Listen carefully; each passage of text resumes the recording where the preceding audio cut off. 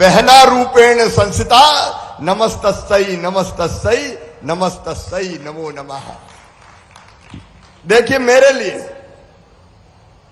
बेटी, कन्या, बहन और मां तीनों में एक ही रूप दिखता है, केवल देवी का स्वरूप, केवल देवी का स्वरूप। वो दुर्गा है, वो लक्ष्मी है, वो सरस्वती है।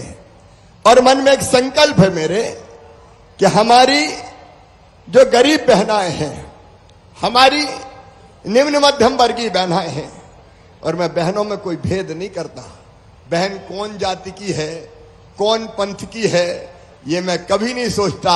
अरे बहना तो बहना होती है, बहन तो केवल बहन होती है। और इसलिए मुझे आनंद है, प्रसन्नता है। कल का दिन मध्य प्रदेश के लिए ऐतिहासिक दिन होगा मेरी बहनों, तब जब मुख्यमंत्री लाडली बहना योजना के फार्म भरे जाएंगे, आवेदन भरे जाएंगे। यहां कलेक्टर, कमिश्नर, अधिकारी, जिले का पूरा प्रशासन है।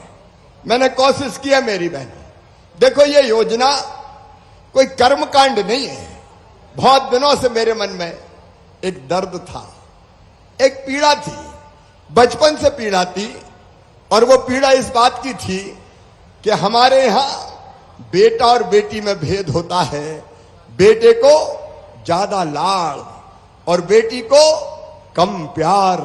ये मैंने अपनी आंखों से अपने गांव में देखा है, अपने परिवारों में देखा है। बेटा पैदा हो जाए तो खुशियां मनाई जाए, बधाइयां गाई जाए। हमारे यहां पहले हवाई फायर होते थे, बेटा हुआ जरा बंदूक लाओ और दनादन फायर। और बेटी आ गई तो मां का चेहरा भी बिगड़ जाता था। बेटा बेटी में यह भेद क्यों? इस देश में जहां हमने देवियों की पूजा की है, हम वो हैं जो कहते रहे हैं कि यत्र नार्यस्तु पूज्यन्ते रमन्ते तत्र देवता। भगवान वहीं निवास करेंगे जहां मां, बहन और बेटी को इज्जत और मान सम्मान की नजरों से देखा जाएगा। हम कहते तो ये थे, लेकिन करते क्या थे? बेटियों के साथ भेदभाव, बहनों के साथ भेदभाव। मैं अपने भाइयों से कहना चाहता हूं, अपने मित्रों से कहना चाहता हूं, मैं सबकी बात नहीं करता, लेकिन हमने स्त्री को दूसरे दर्जे की नागरिक बना के छोड़ दिया था। कई बार अन्य, मैं सबकी बात नहीं करता, लेकिन अधिकतर जगह मैं देखता था, बचपन में भी देखता था कि सबको खिला के बचा खुचा खाएगी तो घर की मालकिन खाएगी। सबका ध्यान रखना उसका काम था, लेकिन उसका कौन ध्यान रखेगा भाई? उसका कौन ध्यान रखेगा? और इसी वेदना से, इसी तकलीफ से मैं बचपन से पीड़ित था, मन में तकलीफ होती थी। और तब मैं सोचता था, मैं भाइयों से कह रहा हूं, तब मैं सोचता था कि हे भगवान, वो दिन कब आएगा जब बेटा और बेटी दोनों बराबर माने जाए। बेटी से भी प्यार करें, बेटे से भी प्यार करें। अरे हालात तो इतने बिगड़े मेरे भाइयों कि कई बार कोख को कत्ल खाना बना दिया गया। कोख को कत्ल खाना, अगर पता चल गया स्क्रीनिंग करके कि बेटी जन्म लेने वाली है तो पेट में ही मार दो, जन्म ही मत लेने दो। और इसका परिणाम क्या हुआ? इसका परिणाम यह हुआ कि बेटे ज्यादा पैदा हो रहे थे, बेटियां कम पैदा हो रही थी। 1000 बेटों पे 900 बेटियां पैदा हो रही थी। यह भेदभाव भगवान ने कभी नहीं किया, यह अन्याय इंसान ने किया। और इसी भेदभाव को खत्म करने के लिए पहले जैसे ही मुझे मौका मिला, हमने बनाई लाडली लक्ष्मी योजना। मुख्यमंत्री लाडली लक्ष्मी योजना बनी, इसलिए बनाई कि बेटियों के साथ न्याय ना हो। मेरे मन में था कि बेटी पैदा हो तो लखपति हो। जब मैं मुख्यमंत्री बना 2005 के अंत में और 6 में, मैंने ये सोचा कि बेटा बेटी के बीच बराबरी कैसे हो, बेटी बोझ ना रहे, बेटी वरदान कैसे बने। तो मेरे मन में आया कि बेटी अगर पैदा होते ही लखपति बन जाएगी तो दुनिया वाले बेटी को जन्म लेने देंगे, पेट में नहीं मारेंगे। इसलिए बनी लाडली लक्ष्मी योजना। और आज मुझे खुशी है, मुख्यमंत्री लाडली लक्ष्मी बहना योजना में अब तक 44,50,000 बेटियां लखपति बन चुकी है। लाडली लक्ष्मी मेरी बेटियां लखपति। अब वो पढ़ाई कर रही हैं, 5वीं पास करके 6वीं में जाए तो 2,000 पाए, 8वीं करके 9वीं में जाए तो 4,000 पाए, 10वीं पास करके 11वीं में जाए तो 6,000 मिलेंगे, 12वीं में फिर 6,000 मिलेंगे, कॉलेज में जाएंगी 12,500 मिलेंगे, डिग्री प्राप्त करेंगी फिर 12,500 मिलेंगे। और अब एक परिवर्तन और, अगर मेडिकल इंजीनियरिंग कॉलेज में लाडली लक्ष्मी बेटियां जाएंगी तो चाहे फीस 8 लाख हो, चाहे 10 लाख रुपया साल हो, उनकी वो फीस उनके मम्मी पापा नहीं भरवाएंगे। कौन भरवाएगा? अरे सबसे पूछ रहा हूं, कौन भरवाएगा? मामा भरवाएगा। मैंने बेटियों के रास्ते से सारी बाधाएं दूर करने की कोशिश की। मेरे भाइयों बहनों, ये राजनीतिक कार्यक्रम नहीं है, ये बेटियों की जिंदगी बदलने का अभियान है रे, बेटियों की जिंदगी बदलने का अभियान। और आज मुझे कहते हो खुशी है कि अब 1,000 बेटों पे 956 बेटियां पैदा होने लगी। और मैं तब तक डटा रहूंगा जब तक 1000 बेटों पे 1000 बेटियां पैदा नहीं होती। ये भेदभाव खत्म करेंगे। लेकिन बहनों की हालत भी ठीक नहीं थी। मेरी गरीब बहनें, मजदूरी करने वाली बहनें, किसान परिवारों की बहनें कई बार छोटे मोटे खर्चे के लिए भी पति पर आश्रित रहती थी। मेरी बहनों, कभी मायके जाना हो और पतिदेव से कहो कि लाओ मुझे 500 रुपया दे दो, मायके जा रही हूं, तो पतिदेव डांट देते थे, नहीं है, कहां से ले आऊं? और मेरी बहन मोह महसूस के रह जाती थी। मैं उनके इस दर्द को देखता था और इसी दर्द को देख के पहले एक योजना बनाई कि गरीब बहन बेटा बेटी को जन्म दे तो जन्म के पहले उसके खाते में 4,000 रुपया डालेंगे, जन्म के बाद 12,000 रुपया डालेंगे। ये हमने योजना बनाई। लेकिन फिर भी मेरा मन बेचैन था। और बेचैन इसलिए था कि बहनों के लिए और क्या करूं, बहनों के लिए और क्या करूं। एक दिन मैं रात भर जगता रहा। रात को 11 बजे से मैंने सोचना शुरू किया कि कुछ ना कुछ आज अंतिम निष्कर्ष पे पहुंचना है। रात भर जगा और सवेरे 4 बजे मैंने तय किया कि अब मध्य प्रदेश की मेरी बहनें जिनकी आमदनी 2.5 लाख रुपया साल से कम होगी, 2.5 लाख रुपया साल मतलब 20,000 रुपया महीना से कम होगी, उनके खाते में अब हर महीना 1,000 रुपया डाले जाएंगे। हर महीने 1,000 रुपया। ये योजना मुख्यमंत्री लाडली बहना योजना। मेरी बहनों, मैंने मध्य प्रदेश का खजाना अपनी लाडली बहनों के लिए खोल दिया। तुम्हें पता कितना पैसा लगेंगे इसमें? अभी अनुमान है कि 16,000 करोड़ रुपया इन बहनों के खाते में साल भर में डाला जाएगा। हर महीने 1,000 रुपया, हर महीने 1,000 रुपया डालेंगे तो साल भर में कितने मिलेंगे? आज बहनों से बुलवाऊंगा, तुम्हारे लिए बात कर रहा हूं, तुम बोले ही नहीं रहे हो। साल भर में कितने मिलेंगे? और जोर से बोलो। 12,000। और ये 12,000 हर परिवार को मिलेंगे। हर परिवार को मतलब पति पत्नी और उसके बच्चे, एक परिवार। इसका मतलब यह है कि घर में अगर 2 बहुएं हुई तो कितने मिलेंगे? अरे हिसाब लगा के बताओ ना। 24,000। और कई परिवार ऐसे हैं कि जिठानी भी है, देवरानी भी है, बड़ी भी है, मंझली भी है, संजली भी है, छोटी भी है, तो जितनी होंगे उतने मिलेंगे। और एक बात और, अगर बूढ़ी सासू मां घर में हुई तो उसकी पेंशन 600 रुपया महीना। तो मैंने कहा सास जी को पीछे कैसे रहने दें भाई, बहू और सास दोनों बराबर होना चाहिए। इसलिए सासू जी की पेंशन भी बढ़ा के कर दी जाएगी 1,000 रुपया महीना। तो सासू जी को कितने मिलेंगे फिर साल भर में? 12,000। अब 12,000 अगर 2 बहू हुई तो 24,000 और सासू मां हुई तो 36,000। और अगर किसान परिवार हुआ तो 6,000 प्रधानमंत्री जी देते हैं, 4,000 मैं देता हूं कुल मिला के 10,000, तो 36 में 10 मिलाओ कितने हो जाएंगे? अरे आप तो जोर से बोलो ना। तो आप बताओ घर की हालत बदलेगी कि नहीं बदलेगी? अरे जोर से बताओ, बदलेगी कि नहीं?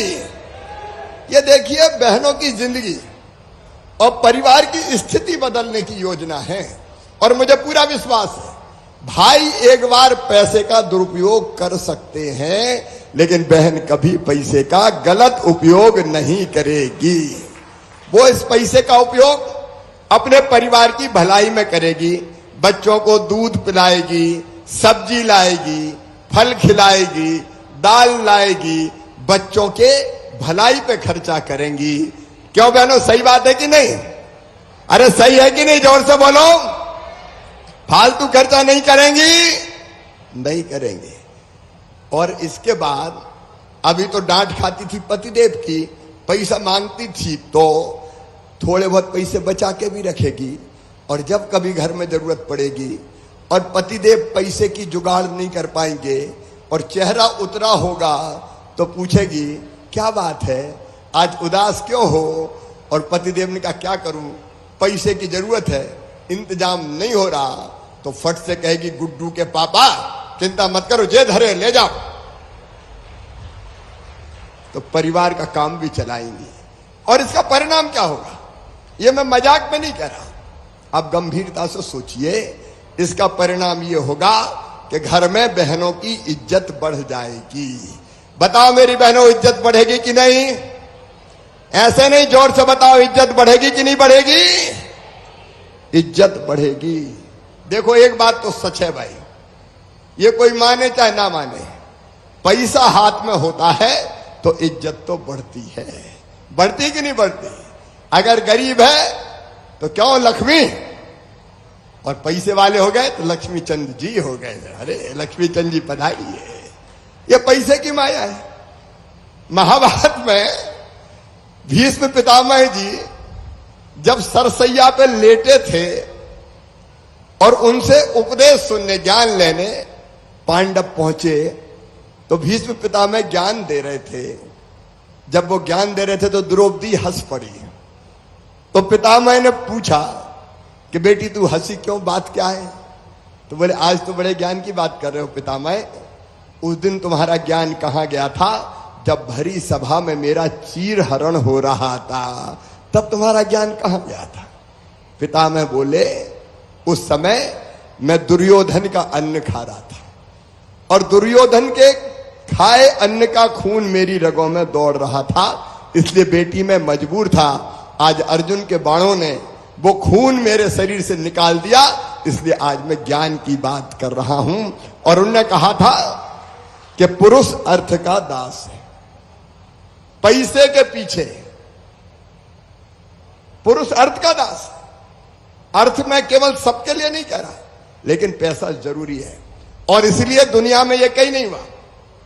आज लाल माटी की धरती पर मैं ये कहने का साहस कर रहा हूं, बहनों के लिए जो योजना मध्य प्रदेश में बनी है, दुनिया के किसी राज्य में आज तक नहीं बनी। ये योजना मेरी बहनों की हालत बदलेगी और देखिए परिवार के समीकरण बदलेंगे। अब जब 1,000 रुपया महीना आएंगे तो सास भी कहेगी अरे बहू की रोटी में घी चुपड़ो भाई, 1,000 रुपया महीना तो आ रहे हैं।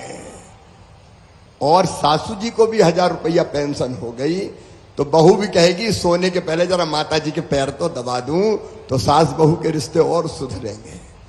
ये कई तरह के समीकरण बदलेंगे। अब मैं बहनों से नहीं पूछ रहा, भाइयों से पूछ रहा हूं, बताओ योजना ठीक है कि नहीं? अरे पीछे तक बताओ ना जोर से, ठीक है कि नहीं? कल से इस योजना के आवेदन भरे जाने हैं। कलेक्टर यहां खड़े, ठीक व्यवस्था हो गई सब। आप सबसे मेरा कहना है, यह पवित्र काम है, केवल राजनीतिक काम नहीं है। आप सब जुट के, बहनों को कोई दिक्कत नहीं हो, आराम से फॉर्म भरे जाए। एक दिन में 45-40 ही आवेदन भरे, 35-40 ही भरे जाएंगे तो महीना भर, सवा महीना शिविर लगेंगे गांव में ही। कहीं नहीं जाना है, गांव में ही लगेंगे। गांव में सारा इंतजाम होगा, टीम आएगी, भारतीय जनता पार्टी के कार्यकर्ता भी रहेंगे, आवेदन भर के लाएंगे और वहीं उनका आवेदन कंप्यूटर में फीड कर दिया जाएगा। EKYC होना है EKYC वो होना है और बैंक में खाता चाहिए। तो वो सारी जानकारी मैं विस्तार से नहीं दे रहा, सबको बता दिया होगा। देखो मेरी बहनों, जरा ध्यान से 2 मिनट मेरी बात सुनो। तुम्हारे गांव में आवेदन भरे जाएंगे, कहीं नहीं जाना। कोई प्रमाण पत्र की तुम्हें जरूरत नहीं है। मूल निवासी प्रमाण पत्र, आय प्रमाण पत्र जरूरत नहीं है। आप कहोगी लिखा तो है 2.5 लाख से ज्यादा आय नहीं होनी चाहिए, तो मानेंगे कैसे? अरे भैया मुख्यमंत्री है, बहन उस खाने में टिक कर देगी कि मेरी आमदनी 2.5 लाख रुपया से कम है, तो भैया मान लेगा। प्रमाण पत्र थोड़ी मांगेगा, अपनी बहन पे विश्वास करेगा। इसलिए कहीं भगने की जरूरत नहीं है, कोई प्रमाण पत्र की जरूरत नहीं है। आपके गांव में सिविल लगेगा, बस एक चीज करवाना है मुझे, EKYC, और वो भी कॉमन सर्विस सेंटर पे होगी, हमारे राशन की दुकान पे होगी, 3 जगह होगी। MP ऑनलाइन सेंटर पे होगी। और एक बात ध्यान से सुन लेना, उसके लिए भी 15 रुपया हम राशन के प्रति बहन राशन की दुकान वाले को भी दे रहे हैं, MP ऑनलाइन को भी दे रहे हैं, कॉमन सर्विस सेंटर वाले को भी दे रहे हैं। तो 1 नया पैसा किसी को दे मत देना। अगर कोई पैसा मांग ले तो 181 पे खबर कर देना, या हमारे नेताओं को बता देना, सीधे FIR करके जेल भिजवाऊंगा, हथकड़ी लगा के उसको छोड़ूंगा नहीं। क्योंकि 2-3 जगह ये पता चला कि 100 रुपया दे दो, 200 रुपया दे दो, बनवा देंगे। अरे भैया के रहते हुए 1 पैसा नहीं लगेगा, वो पैसा भी मैं दे रहा हूं। और EKYC कराने कई बार अगर कनेक्शन ठीक से नहीं मिले तो बगल के गांव में जाना पड़ सकता है। तो भाभी तुम्हें पैदल नहीं जाना, मैं गाड़ी करवाऊंगा, गाड़ी में प्रशासन के लोग बिठाएंगे और तुम्हें दूसरे गांव ले जाएंगे और तुम्हारा EKYC करवा के लाएंगे। ये जवाबदारी भी मेरी है, मेरी चिंता मत करना। और प्रशासन से मेरा ये कहना, भाई मेरी बहनों को कष्ट ना हो जाए, आराम से सबके EKYC हो जाए। और 10 जून से 1000 रुपया महीना खाते में आना शुरू हो जाएंगे। मेरी बहनों की जिंदगी का एक नया दिन होगा और आगे बढ़ने का दिन। और एक बात और मेरी बहनों, कई चीजें अभी तय की है हमने, सब चीजें आज मैं नहीं बता पाऊंगा, लेकिन एक चीज और हमने तय की है जिसके कारण बहनें ज्यादा परेशान। दारू की दुकान के साथ अहाते बने रहते हैं, अहाते में बैठ के पीते हैं, पीने के बाद निकलते हैं तो डोलते डालते गिरते पड़ते, और कई ऐसे गाड़ी चलाने में निकल जाते हैं तो एक्सीडेंट और हो जाते हैं। और कई जगह माताओं बहनों से बदतमीजी भी होती है। अब भैया साफ सुन लो, बुरा मत मानना, शराब की दुकान के बगल के जितने अहाते हैं 1 अप्रैल से सब बंद कर दिए जाएंगे।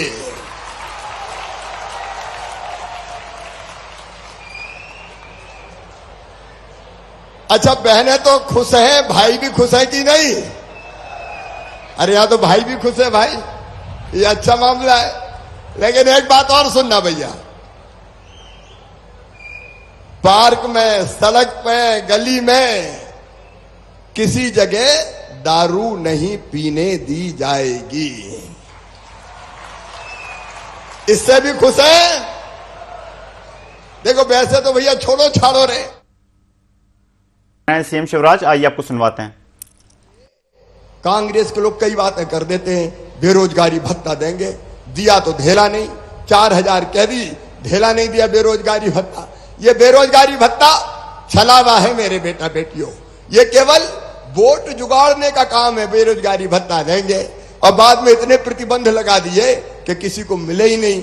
हमारे बच्चों को बेरोजगारी भत्ते की नहीं, काम की जरूरत है। मैं बच्चों को काम सिखाऊंगा, लर्न एंड अर्न, करो, सीखो और कमाओ। इसलिए ये राशि बच्चों के खाते में जाएगी और बच्चे जब काम सीख जाएंगे तो अपने आप परमानेंट रोजगार उनको मिल जाएगा और उनकी जिंदगी की गाड़ी चल जाएगी।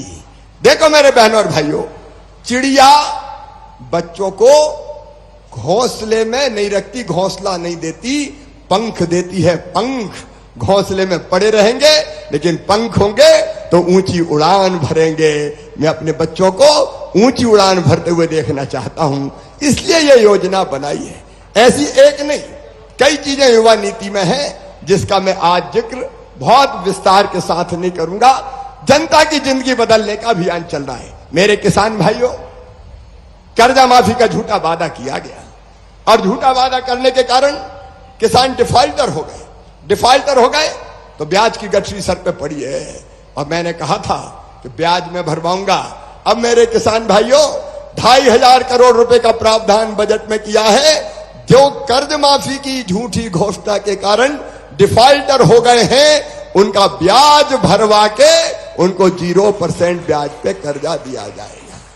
और एक बात अभी आई, असमय वर्षा के कारण हमारी फसलों को कई जगह नुकसान पहुंचा। मैंने अभी अनाउंस किया, आपने देखा होगा। किसानों को मेरे रहते हुए चिंता करने की क्या जरूरत है? अगर 50% से ज्यादा फसलों को नुकसान हुआ है तो 32,000 रुपया प्रति हेक्टेयर की दर से राहत की राशि दूंगा। चना हो, मसूर हो, सरसों हो, गेहूं हो, ईसबगोल हो, जो भी फसल हो उस पे मिलेगा। फसल बीमा योजना का लाभ अलग से मिलेगा। दोनों को मिलाकर भरपाई हो जाएगी। और अगर अभी वो कर्ज भरने में सक्षम नहीं है तो 31 मार्च की डेट बढ़ा के अगली डेट आपसे चर्चा करके तय कर दूंगा ताकि किसान को कोई संकट न आए। अरे अपनी सरकार है भाई, आपका मुख्यमंत्री है, बोलो हूं कि नहीं आपका मुख्यमंत्री? अरे जोर से बताओ, घर जैसा लगता हूं कि नहीं? अरे लगता हूं कि नहीं घर जैसा? तो अपनी सरकार, अपना मुख्यमंत्री, अपना खजाना। और ये अभी कह रहे थे कि अब और क्या मांगू। देखो रे भैया, अपन कमलनाथ थोड़ी जो ये कहें खजाना खाली है, क्या कर रहे हैं, रोते रहे। अपने पास भैया भादवा माता की कृपा से पैसा की कमी ममी नहीं है रे। सोचते हैं व्यवस्था हो जाती है, अच्छी चीजों के लिए व्यवस्था होती रहेगी, चिंता करने की जरूरत नहीं है। आज नीमच जब आए तो कई तरह की सौगात नीमच को मिली है। मेडिकल कॉलेज की सौगात मैं बधाई देता हूं नीमच वाले भाई बहनों को, जिले भर के लिए है। हमारे बच्चे अब यहीं MBBS करेंगे, यहीं से डॉक्टर निकलेंगे, यहीं बेहतर इलाज होगा। केवल यहीं नहीं, सुधीर जी आपके क्षेत्र में तो 3 हो गए, नीमच, मंदसौर, रतलाम, 3। और आज मैं एक फैसला और कर रहा हूं। मन में यह भाव आया, अपने नेताओं से भी चर्चा की, सांसद जी, विधायक जी, मंत्री जी, वरिष्ठ नेता सब बैठे। देखो भाई, 3 प्रमुख नेता जिन्होंने जनसंघ के काम को जमाया, जिन्होंने भारतीय जनता पार्टी को पुष्पित और पल्लवित किया, जिन्होंने पूरे प्रदेश की सेवा की, 3 नाम हमारे पास हैं ऐसे जिनको हम आदर और श्रद्धा की दृष्टि से देखते हैं। एक श्री सुंदरलाल पटवा जी स्वर्गीय, दूसरे स्वर्गीय वीरेंद्र कुमार सकलेचा जी, और तीसरे डॉक्टर लक्ष्मी नारायण पांडे जी। और इसलिए नीमच मेडिकल कॉलेज का नाम होगा Virendra Kumar Saklecha medical college, Mandsaur medical college का नाम होगा श्री सुंदरलाल पटवा मेडिकल कॉलेज, और रतलाम मेडिकल कॉलेज का होगा, रतलाम मेडिकल कॉलेज का नाम होगा doctor Laxmi Narayan Pandey medical college. 11 बार सांसद रहे। अब ये श्रद्धा तो हमें व्यक्त करनी चाहिए। ये उनके कामों को प्रणाम है, ये उनके योगदान को प्रणाम है। नीमच में अब मेडिकल कॉलेज में, नीमच में जिले में कोई कल्पना करता था? मेरी बहनों हैंडपंप से पानी भरती थी, हैंडपंप से। गर्मी में पानी जमीन में नीचे चला जाता था तो घंटों हैंडपंप चलाती रहती थी। मेरी लाडली बहनों, ये बीजेपी की सरकार है, 1600 करोड़ रुपए से ज्यादा की। कोई कल्पना करता है? लगभग 1700 करोड़ रुपए की योजना बनी है। तुम्हारे हर गांव में पाइपलाइन बिछा के घर में टोटी वाला नल लगा के पानी देंगे, टोटी खोलोगी तो झरझर पानी आएगा और तुम्हारे सारे बर्तन भर जाएंगे। पानी की बूंद के लिए तरसोगी नहीं मेरी बहनों। ये नीमच में हो रहा है, मंडियां बन रही है, अलग अलग सड़कों का विकास हुआ है। विकास के सारे काम गिनाऊं तो घंटों लग जाएंगे। और इसलिए दिलीप, आपने ये ठीक कहा कि अब और क्या मांगू, बहुत तो दे दिया, लेकिन आपने एक चीज क्या कही थी, बंगला बगीचा। अब ये बंगला बगीचा का समाधान मैंने ही प्रारंभ किया था। अब उसमें कुछ और लोग कह रहे हैं वो जरा पैसे ज्यादा लग रहे हैं, यही बात है ना, पैसे ज्यादा लग रहे हैं ना। और क्या हो रहा है, बसियत में गड़बड़ हो रही है। देखो रे भाई, कोई काम ऐसा नहीं है जो किया ना जा सके, उसका और सरलीकरण कर दिया जाएगा ताकि बचे हुए जो दिक्कतें हैं बंगला बगीचे की वो भी दूर कर दी जाए। एक रोड आपने कही है 4 लेन की, वो रोड भी बना दी जाएगी। अलग अलग जावद और मनासा कि हमारे दोनों मित्रों ने अलग अलग कुछ मांगे की है, उनको भी परीक्षण करके हम पूरा करने का काम करेंगे। विकास विकास और विकास, ये मोदी जी का भी संकल्प है। अद्भुत प्रधानमंत्री है नरेंद्र मोदी जी। एक वैभवशाली भारत, एक गौरवशाली भारत, एक संपन्न भारत, एक समृद्ध भारत, एक शक्तिशाली भारत का निर्माण नरेंद्र मोदी जी के नेतृत्व में हो रहा है। उनका भी आशीर्वाद मिल रहा है, केंद्र सरकार का आशीर्वाद मिल रहा है और प्रदेश सरकार डट के काम में लगी हुई है। तो नीमच आगे बढ़ेगा, मनासा आगे बढ़ेगा, जावद आगे बढ़ेगा, विकास भी होगा और प्राणों से प्यारी जनता का कल्याण भी होगा। मेरे बहनों और भाइयों, एक बात अंत में मैं भावनात्मक रूप से आपसे कहना चाहता हूं, जान निकाल के हम काम कर रहे हैं, दिन और रात हम काम कर रहे हैं।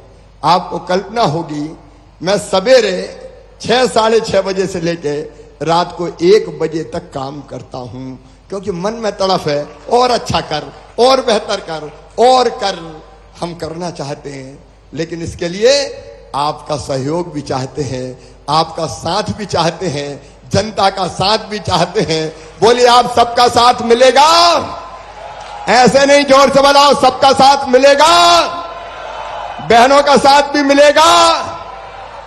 अरे बहनों जरा जोर से बोलो, भैया हूं तुम्हारा भैया हूं कि नहीं, बोलो, सगा हूं कि सौतेला? अब मैं तो सगा ही हूं। तो आओ मेरी बहनों और मेरे प्रिय भाइयों, मिलकर नया मध्य प्रदेश बनाएं। मोदी जी के सपनों का भारत बनाने में मध्य प्रदेश से सर्वश्रेष्ठ योगदान दें। मामा के साथ चलें, मोदी जी के साथ चलें, भाजपा के साथ चलें, इस सरकार के साथ चलें और उन लोगों को जिन्हें मध्य प्रदेश को तबाह और बर्बाद कर दिया था, उनको सबक सिखाएं। बोले, आप सबका साथ मिलेगा? तो संकल्प लो मेरे साथ के मामा तुम्हारे साथ खड़े हैं, और संकल्प भी होगा तो अपनी अपनी जगह खड़े होके होगा। अपने अपने स्थान पर सब खड़े हो जाएं और आज मेरे साथ संकल्प लेंगे कि मध्य प्रदेश बनाने में हम तुम्हारे साथ चलेंगे। और संकल्प लेने के लिए दोनों हाथ ऊपर उठा के, दोनों मुट्ठी बांध के भारत माता की जय बोलेंगे, भादवा मैया की जय बोलेंगे। बोलिए, भारत माता की, भारत माता की, भादवा मैया की, भादवा मैया की। हर हर महादेव। बहुत बहुत धन्यवाद। अब रोजगार दिवस के अंतर्गत कुछ हम जो जिनको लोन मिल रहा है उनको वो लोन देंगे, उसका प्रमाण पत्र देंगे, और अलग अलग जगह जहां हमारे साथी बैठे हैं वहां भी मैं 2-2 मिनट बात करूंगा। बहुत बहुत धन्यवाद। हार्दिक धन्यवाद माननीय मुख्यमंत्री जी। और आइए हम सब जोरदार तालियों के द्वारा माननीय मुख्यमंत्री जी का धन्यवाद ज्ञापित करें, इतनी सारी सौगातें हम सबको सौंपने के लिए। हार्दिक धन्यवाद आप सभी का। और अब माननीय मुख्यमंत्री जी आज के इस राज्य स्तरीय रोजगार कार्यक्रम में 4 जिले हमसे मुख्य रूप से जुड़े हैं, उन जिलों से माननीय मुख्यमंत्री जी संवाद करेंगे। मुरैना, बैतूल, गुना और सतना, इनके जो हितग्राही हैं उनसे माननीय मुख्यमंत्री जी अब संवाद करेंगे। तो सबसे पहले इस क्रम में मुरैना से फारूक खान आज हमसे जुड़े हैं। माननीय फारूक, मेरी आवाज आ रही है? मामा जी आ रही है। कैसे हो? बढ़िया है मामा जी, आपकी कृपा है। अच्छा, कौन सा काम शुरू कर रहे हो आज मुख्यमंत्री उद्यम क्रांति योजना के अंतर्गत? मैंने जेसीबी ली है। जेसीबी कितने की आई? 31 लाख की। लोन कौन से बैंक ने दिया आपको? Bank of Baroda. लोन लेने में कोई परेशानी तो नहीं आई? नहीं मामा, कोई परेशानी नहीं आई। कोई ने पैसा धेला तो नहीं मांगे? नहीं नहीं, बिल्कुल नहीं। कोई अफसर ने परेशान तो नहीं किया? नहीं मामा जी, आपके होते हुए कौन परेशान करेगा। चलिए, तो फारूक आपको बहुत बहुत बधाई। 31 लाख रुपए से अपनी जेसीबी का काम शुरू करो। बहुत बहुत बधाई। अशोक जी और बाकी मित्रों को भी। बहुत देर आप लोग बैठे, धन्यवाद। बैतूल में रोहित है। जी सर, मध्य प्रदेश में सर ये पहली ऐसी योजना है मिल्क एटीएम। इसको हमने उद्यम क्रांति योजना के अंतर्गत संचालित की है। रोहित, 11 लाख रुपए कौन सा काम शुरू कर रहे हो आप? Sir milk ATM. Milk ATM, अरे वाह। अब रुपया का एटीएम सुना था तुमने, तो दूध का एटीएम खोल दिया। हमारे सांसद जी भी हैं, उइके साहब भी, और डॉक्टर पंडागरे भी बैठे हुए हैं, पवार साहब भी हैं। कितने रुपए लगे इसमें? मामा जी इसमें तो 25 लग गए हैं। 11 लाख रुपए की राशि अपनी इससे लगाई है, बाकी राशि मैंने लगाई है। अच्छा अच्छा, तो इसकी संभावना है ठीक से काम चलने की? जी जी बिल्कुल चल रहा है। पिछले 6 माह से बहुत अच्छा ग्रोथ है। लोन लेने में कोई परेशानी तो नहीं हुई? बिल्कुल नहीं मामा जी, ये तो 30 दिन के अंदर ही स्वीकृति मिल गई आवेदन करने। चलिए रोहित, आपको बहुत बहुत बधाई। आप मिल्क एटीएम चलाइए। जी जी, बहुत बहुत धन्यवाद। अब गुना चलते हैं। गुना विवेक सोनी है। नमस्ते। नमस्ते विवेक जी, जी। आपके साथ गोपीलाल जी वगैरह सब साथी हमारे बैठे हैं। विवेक, कौन सा काम शुरू करोगे? मामा जी, मैं चांदी के आभूषणों को बनाऊंगा, तो चांदी का व्यवसाय करूंगा। मैं चांदी के आभूषण को व्यवसाय करूंगा। कितने रुपए का प्रपोजल आपका बैंक से? कितने रुपए का लोन है? 9,80,000 रुपए का लोन है। और कौन से बैंक से लिया है आपने? ये पंजाब नेशनल बैंक से मैंने अप्लाई किया था, वहीं से स्वीकृत हुआ है। कोई लोन लेने में परेशानी तो नहीं आई? जी नहीं नहीं, कोई परेशानी नहीं है। तो आपको बहुत बहुत शुभकामनाएं। उद्यम क्रांति आपका भी योजना, धन्यवाद। आपका भी धन्यवाद मामा जी। ये मुख्यमंत्री उद्यम क्रांति योजना ने आपका व्यवसाय और बेहतर बनाया। बहुत बहुत बधाई। सतना जी जी, धन्यवाद। जी माननीय, नमस्कार। कैसे हो? जितेंद्र जी बोल रहे हैं? जी माननीय, जितेंद्र मिश्रा बोल रहा हूँ। जितेंद्र जी, कौन सा काम शुरू कर रहे हो? माननीय, मैंने टाइल्स और सैनिटरी का व्यवसाय चालू किया है। अच्छा, टाइल्स और सैनिटरी का। जी। कितने रुपए का लोन स्वीकृत हुआ है? मेरा 9 लाख का लोन स्वीकृत हुआ है इंडियन बैंक से। कोई परेशानी तो नहीं आई आपको?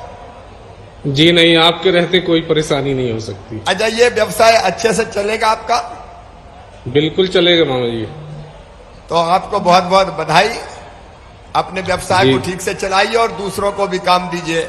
बहुत बहुत बधाई जितेंद्र जी। और जुड़े हुए सभी मित्रों को भी बहुत बहुत बधाइयां। हार्दिक धन्यवाद माननीय मुख्यमंत्री जी। और अब कार्यक्रम का सबसे महत्वपूर्ण चरण, जब रोजगार दिवस कार्यक्रम में अब 2,31,000 से अधिक लोगों को विभिन्न स्वरोजगार योजनाओं के माध्यम से 2700 करोड़ से अधिक के ऋण का वितरण माननीय मुख्यमंत्री जी के द्वारा किया जा रहा है। इस क्रम में हम आमंत्रित करेंगे श्री नीतेश सालगिया।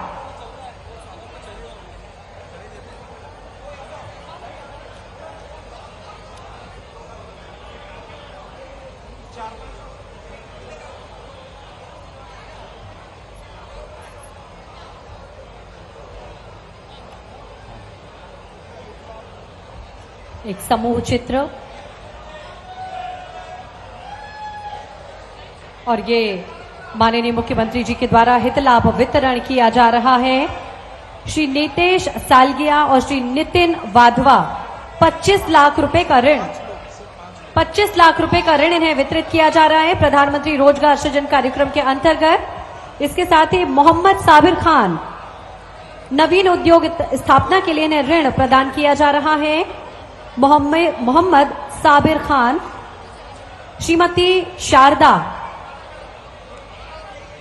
50,000 रुपए का इन्हें हित लाभ प्रदान किया जा रहा है।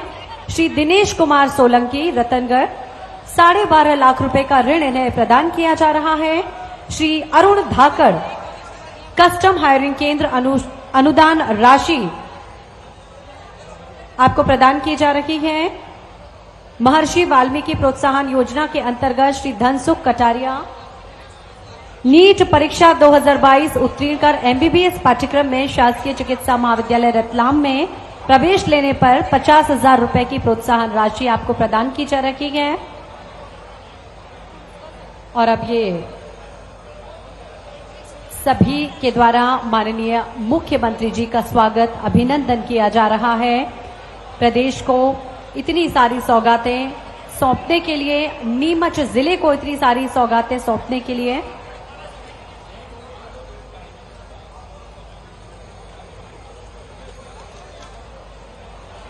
आज 2700 करोड़ से अधिक के ऋण का वितरण माननीय मुख्यमंत्री जी के द्वारा किया गया। अवसर था जब 8वां रोजगार दिवस हम सभी ने यहां पर मनाया और माननीय मुख्यमंत्री जी के द्वारा 2,31,000 से अधिक लोगों को विभिन्न स्वरोजगार योजनाओं के माध्यम से 2700 करोड़ से अधिक का ऋण वितरण अभी माननीय मुख्यमंत्री जी ने किया।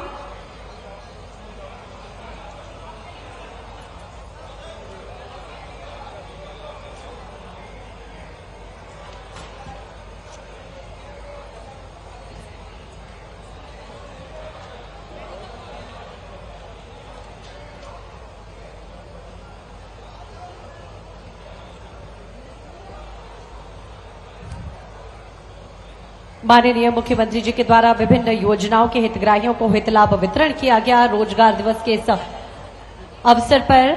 और एक बालिका ने माननीय मुख्यमंत्री जी का धन्यवाद ज्ञापित करने के लिए ये चित्र भेंट कर रही है माननीय मुख्यमंत्री जी के लिए।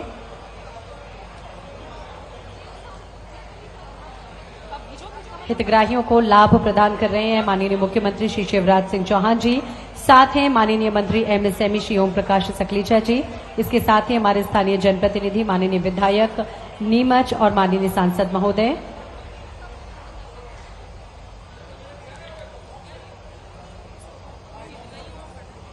और अंत में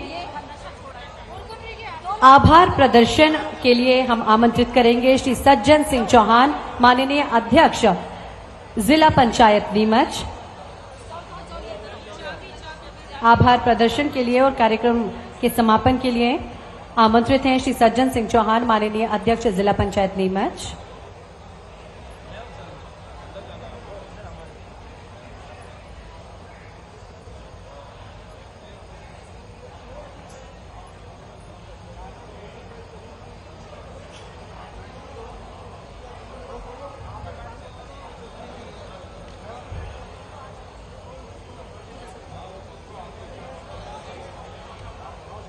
युवा ही देश की गति है, स्फूर्ति है, चेतना है, आज है और आने वाला स्वर्णिम कल भी युवा शक्ति पर ही निर्भर है। प्रदेश के युवा यदि शिक्षित होंगे, आत्मनिर्भर होंगे, तभी प्रदेश आत्मनिर्भर और समृद्ध प्रदेश बनेगा। इसी बात को ध्यान में रखते हुए आज के 8वें रोजगार दिवस का आयोजन और इसके साथ ही नीमच जिले को विभिन्न योजनाओं की सौगात माननीय मुख्यमंत्री जी ने अभी भेंट की है। नवीन चिकित्सा महाविद्यालय नीमच का भी शिलान्यास किया गया।